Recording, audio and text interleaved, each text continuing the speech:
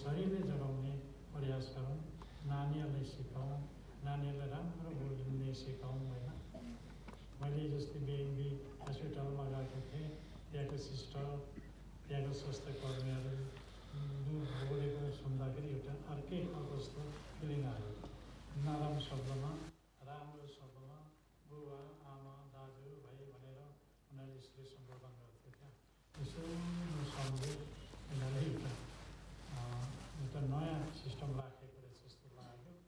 र त्यसले गर्दाखेरि हामीले सबै कुरामा बच्नु, दिमाग बढाउने, दिमागलाई राम्रो असल ज्ञान आउने त्यो बाटो बचाउनु। अब हेर्नुहोस् है, एउटा कुरा भयो, हाम्रो मान्छेहरू अहिले धेरै झुन्डेर मर्दैछ। हाम्रो मान्छेहरू अहिले धेरै झुन्डेर सुसाइड भएर मर्दैछ। किन भन्दाखेरि खाएपिए हाम्रो त्यही हो, खानु पऱ्यो, पिउनै पऱ्यो, खानै पऱ्यो, अनि विचारहरूमा खराब आउँछ, विचारहरूमा खराब जन्मिन्छ, अनि झुन्डिनु मन लाग्छ, झुन्डिँदो हुन्छ। त्यस कारणले हामीले खराब मन, खराब विचारहरू चाहिँ आत्माबाट चाहिँ हटाउनुपर्छ क्या हामीलाई। त्यसो गर्दाखेरि पवित्र मन आउँछ, झुन्डिनु मन आउँदैन, राम्रो मन आउँछ, पैसा कमाउने मन आउँला, दिमाग बढाउने कामहरू मन आउँला, दिमाग बढाउने मनहरू आउँछ। त्यो राम्रो कुरालाई हामी भित्र राख्दै लाने, नराम्रो कुरा थाल्दै जाने हो। त्यसरी तपाईँहरूले ध्यान दिनुहोस्, तपाईँहरूको लागि हो। मैले तपाईँकै लागि यत्रो खर्च गरेर हामी बोलिराखेका छौँ, भनिराखेका छौँ। अब अहिले म बोलेको संसारभरको युगको अहिले आधुनिक जमाना भएको हुनाले अहिले विभिन्न फेसबुक छ, युट्युब छ, संसारहरू हेरिराखेको छ। र म यही तपाईँलाई भन्न चाहन्छु। अब तपाईँहरू पैसा बचाउनको लागि प्रयास गर्नुहोस्। पैसा कमाउनको लागि विदेश जानुहुन्छ, कमाएर त्यतै राखी छोड्नुहुन्छ, अनि त्यो पनि फाइदा भएन। त्यसले यता लिएर तपाईँले सदुपयोग गर्नुपर्छ। गाउँ बनाउने, नानीहरू पढाउने, खानादाना राम्रो खुवाउने, सुगर सफाइ गर्ने, साफसफाइ गरेर खाने, जो चलान बसौँ न त होइन। त्यो गऱ्यौँ भने हामीले पवित्र हुन्छ क्या। अब म एउटा के भन्छु भने, अब हुन त म पनि जाड भाङ खानेहरूकै बिचमा जन्मेको मान्छे हो। अब मैले हिजो पनि अलिक कथा गरेँ, जाड त यति किसिमको बन्छ भने राम्रो थाहा छ। मेरो आमा पनि रक्सी बेचेर जिन्दगी बिताएको हो। लास्ट मेरो आमालाई क्यान्सर भएर सक्नु भएको छ। र रक्सी यत्रो प्रकारको बन्छ भने मलाई थाहा छ। म त त्यही समाजमै हुर्किएको हुनाले मलाई राम्रो ज्ञान छ। अब सबैभन्दा त्यो जाड बढाउने तत्त्व छ नि, त्यसलाई खेसुम भन्छ हाम्रो भाषामा।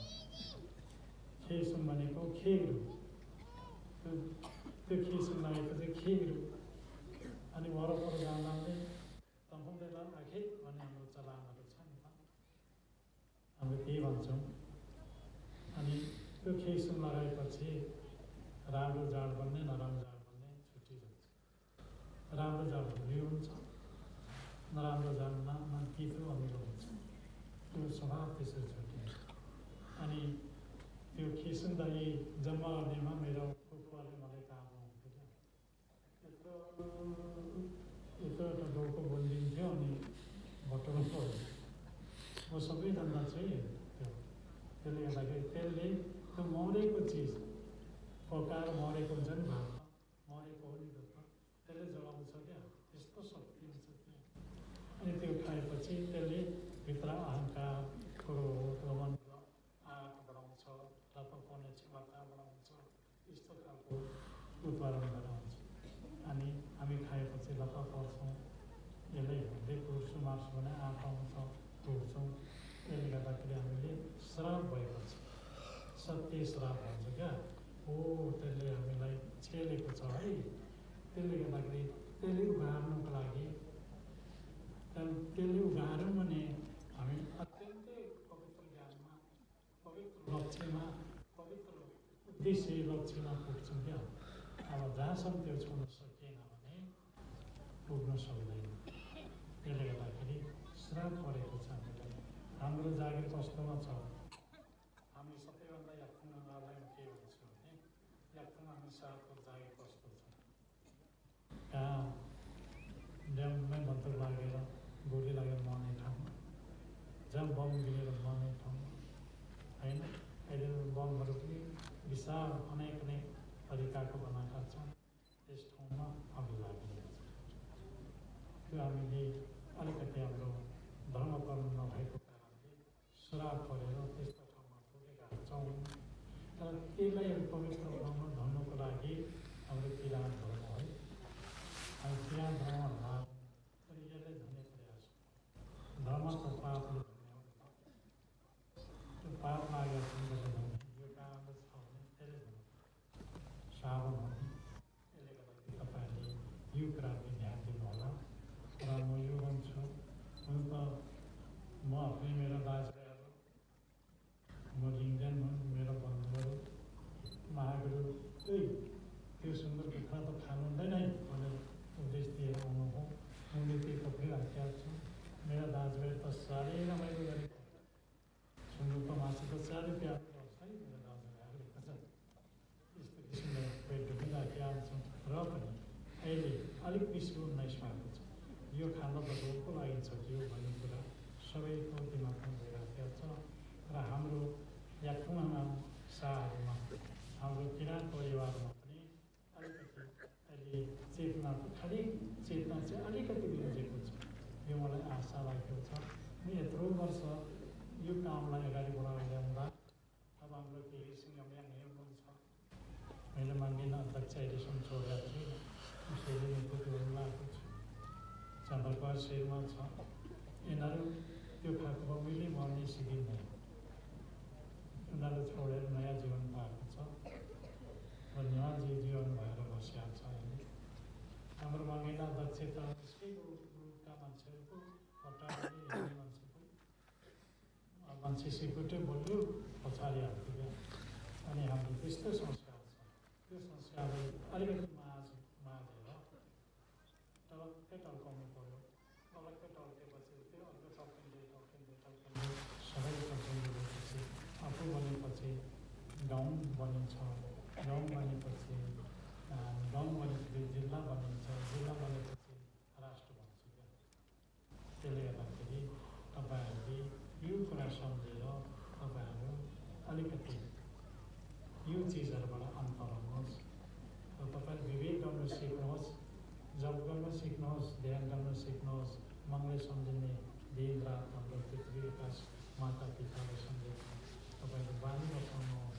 यो कुरामा साह्रै ठुलो हाम्रो ठुलो यो चाहिँ हाम्रो कर्म हो। यो कर्म सिक्नुहोस्। तपाईँको छोराछोरीहरूलाई राम्रो बोल्न सिक्नुहोस्, राम्रो गर्न सिक्नुहोस्। हाम्रो याक्थुङमा अरू त राम्रो बोल्दैनन् है। त्यो मेरो मौलिक तरह भएमा त सुनि नसक्नु बोल्छ नि। यस्तो स्वभाव त्यो स्वभावलाई चेन्ज गर्नुहोस्। बिस्तारै चेन्ज गर्नुहोस्। विभिन्न खालका उपत्र अर्थ लाग्ने खालको शब्दमा बोलौँ र राम्रो अर्थ लाग्ने शब्दमा सिकौँ र सबै नानीहरूलाई राम्रो ठाउँमा उतारौँ। म यही कुरा तपाईँहरूसँग हाजिर अनुरोध गरेँ र देव देवताहरूमा जीव हत्या नगरौँ। ईश्वरको नाममा जीव हत्या नगर्ने। अब नखान सक्नेले अलिअलि खान्छे होइन दबाईको रूपमा। जहाँपछि नखान सक्ने खानु पायो खान्छन् त मान्छे।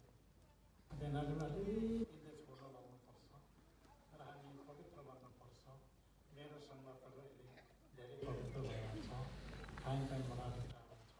म अब यहाँ तपाईँले जन्महरू तपाईँको रहनसहन, तपाईँको सभ्यता, तपाईँको लोकप्रियता यो कुराहरू संसारले आएर ध्यान दिन्छ र त्यसले गर्दाखेरि तपाईँले त्यो कुरालाई ध्यान दिने हो र तपाईँले त्यो कुराबाट तपाईँ उक्सिने हो। र अब मुखबाट वस्तु मान्छे मात्रै आउँछ भन्नुहुन्छ भने मेरो पेट दुख्छ भनेर आउँछ, पेट ढाड दुख्छ भनेर आउँछ, पेट हड्डी दुख्छ भनेर है डक्टरकोमा जाउन जाँदैन कि यता। अनि कसै चाहिँ मुटु दुख्यो भनेर आउँछ, कसै तिनवटा गयो भनेर आउँछ। त्यस्तोहरू मात्रै मसँग त जम्मा आउँछ। राम्रो मान्छे त आउँदैन।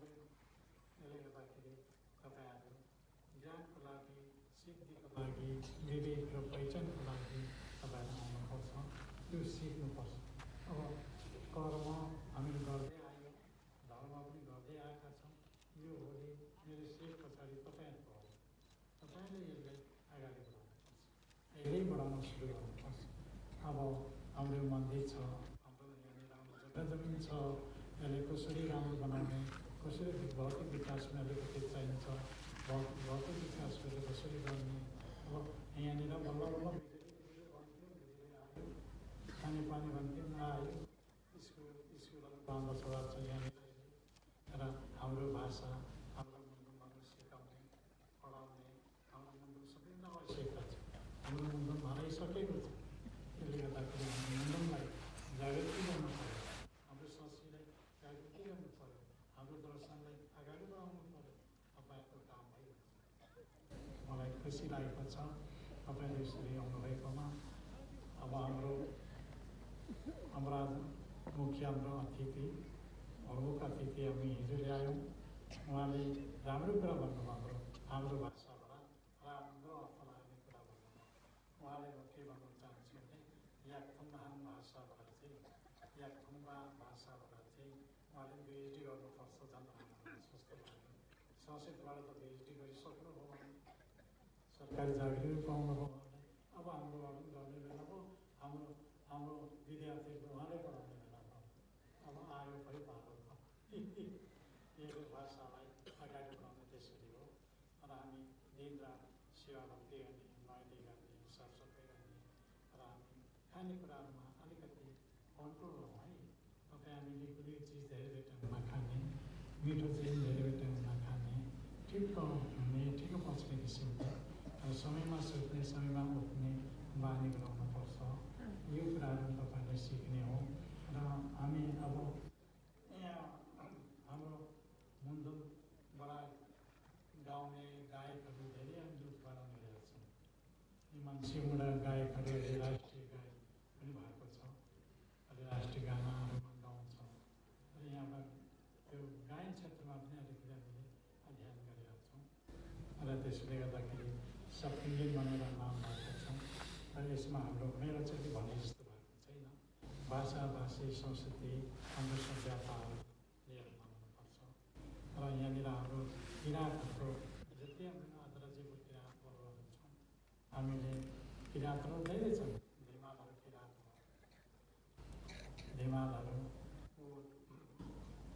हो, धिमालहरू किराँत हो, शेर्पाहरू किराँत हो, गुरुङहरू किराँत हो, मगरहरू किराँत हो। र किराँतहरू साथ धेरै छन्। यसले गर्दाखेरि किराँतहरू आफ्नो किसिमले शब्दमा, आफ्नो संस्कृतिमा अहिले बसेको छ। यो संस्कृतिलाई एकता गर्दै लाउँछ, त्यसबाट ज्ञान एउटा लक्ष्य उद्देश्य प्राप्त हुँदै जान्छ। भोलि हाम्रो भावी सन्तानको लागि राम्रो हुन्छ। यो कुरा मैले देखेको छु। क्या हामी अति धनी छौँ, अझै घोर किराँत छौँ। आजको 100-500 वर्ष पहिला उहाँको किराँत बाहुनलाई गाडी समाउँदाखेरि किराँत देशी उत्तराखण्डले संस्कृतिमा भन्नै पर्यो। किराँत हुँदैन के किराँतहरूले संरक्षण गरेका। हामीले अब इतिहास हेर्दाखेरि हामीले संरक्षण गरे। हिन्दू र मुस्लिमको एकपल्ट लडाइँ र क्रान्ति हो। त्यति बेला मौकामा ब्राह्मणवादीहरू आउनु, किराँत राजाहरूसँग सम्पर्क भएर सन्धि गरेर चाहिँ यहाँ बसोबास गरेको हाम्रो प्रष्ट इतिहासमा छ। र हामी सबै मिलेर बसेका छौँ। 4 जात 36 नभने चाहिँ नेपालमा सबै मिलेर बस्छौँ। चिन छक्क पर्छ, यहाँ जात छक्क मिलेर बसेका छौँ, सबै बसिरहेका छौँ, बाँच्छौँ, जुझ्छौँ, के गर्छौँ आफ्नो किसिमले मिलेर बसेका छौँ अन्तिममा गएर। यसले गर्दाखेरि यस्तो फुलबारी मान्छेहरू जात बसेर फुलबारी भनेको नेपाल मात्रै हो, अरू देशमा त छैन है जस्तो। त्यसले गर्दाखेरि अब हामी सबै मिलेर असल कुरालाई पछ्याएर बस्नुपर्छ। र म राजनेताहरू के भन्छु भने राजनेताहरूले नेपाललाई जोगाउने काम, नेपाल भनेको नेपाली हो भने जोगाउने काम हो। नेपाल जोगिएन भने हाम्रो उपाय छैन। भोलि नेपाल राष्ट्रको झन्डा यसो पानी झारेर उसको झन्डा लगाएर बस्नु पर्यो। हामी अनर्थ नेपाल राष्ट्र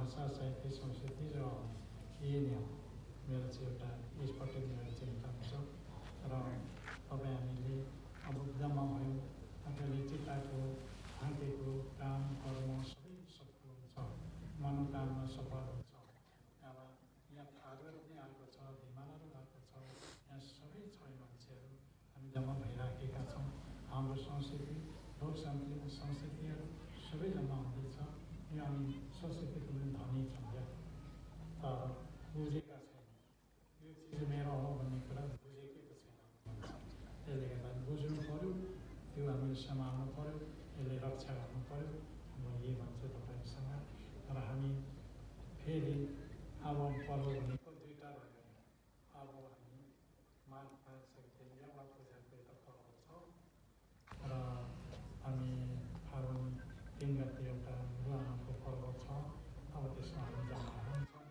अहिलेदेखि के हो जम्मा गर्नुपर्ने चहल पहल हुँदै जाउँ जम्मा हौँ यो कुरा पनि तपाईँले निवेदन चाहे र मलाई खुसी लागेको चाहिँ अब यति तपाईँहरू जमाउनु भएको छ जे भन्दा तपाईँहरूको मुखमा चोट त छैन यहाँ त जाडै साह्रै जाडो हुन्छ चोट त खान्छ नि मान्छेले तर तपाईँहरूको मुखमा चाहिँ चोट छैन यो कुरा चाहिँ यति भए पनि मलाई त पुग्यो मलाई खुसी लाग्यो र म प्रसन्न लाग्यो तपाईँहरू अरू कुराहरू चाहिँ छँदैछ र सुधार हुँदै जाने विचारले परिवर्तन गर्दै जाने खराब विचारलाई हटाउँदै जाने राम्रो विचारलाई राख्दै जाने म यही भन्छु तपाईँहरूसँग मेरा बिन्ती हो यो र मेरो तपाईँहरूसँग बिन्ती छ र यो कुरा मैले भन्नु पाएँ खुसी लागेको छ र आज हामी यसो भेला भएकोमा अब यो यति मात्र भेला हुनुहुन्न भोलि यहाँ त करोडौँ मान्छे जम्मा हुन्छ करोडौँ मान्छे अटिनुपर्छ यहाँ यसले गर्दाखेरि तपाईँहरूले यो कुराहरू अहिले नै सम्झिने बुझ्ने र तपाईँले ल्याएको कुराहरू राम्रो बुझ्नेतिर तपाईँहरू लाग्नुहोस् यो कुरामा अनुरोध गरेर तपाईँहरूले र हामी यसमा एउटा म के सम्झेको छु भने एउटा महादेवको तामाको एउटा शालिको नाम एउटा खट भन्छ माथि चढाएर तान्नुपर्छ क्या त्यो चाहिँ तान्ने एउटा मान्छेको वरिपरि तानेर परिक्रमा गर्ने एउटा ठुलो इच्छा छ र एउटा त्यो इच्छा छ अनि त्यो खटलाई चाहिँ यसमा राखेर तान्ने र त्यसमा पनि 1 लाख जस्तो जनसङ्ख्या चाहिन्छ वरिपरि 1 लाख तयारी हुनु पऱ्यो तपाईँहरू म यो निवेदन गरेँ अझै 1 लाख जनसङ्ख्या जम्मा भएर त्यो खटले तान्नुपर्छ ग्रुप आशीर्वाद पाइन्छ ठुलो शक्ति प्राप्ति हुन्छ त्यसो भए ल म धेरै कुरा भन्नु चाहिएन उनीहरूलाई सोच्दैको कारणले तपाईँले समय दिएको मात्रै हो तपाईँले माया गरिरहेको छु अहिलेसम्म मैले तपाईँले जे मागे मैले दिएको छु जे मागे तपाईँहरूलाई पुगेको छ पुऱ्याएको पनि छु र यो कुरामा अब यहाँ त सबै मन्त्री मान्ने आउँछ के मान्ने आउँछ विभिन्न मान्नेहरू त पुरा गरेको भएको छ मनको शक्ति र हामीले यी कुराले तपाईँलाई सम्झना गर्दै तपाईँले यो कुरालाई निवेदन गर्दै तपाईँको दिमागमा बस्छ सत्य कुरालाई सत्यको एउटा सत्यमा सत्यको राज्य स्थापना होस् होइन सत्य कर्म होस् भन्दै शब्द यहाँ टुङ्गिन चाहे सेवाहरू धन्यवाद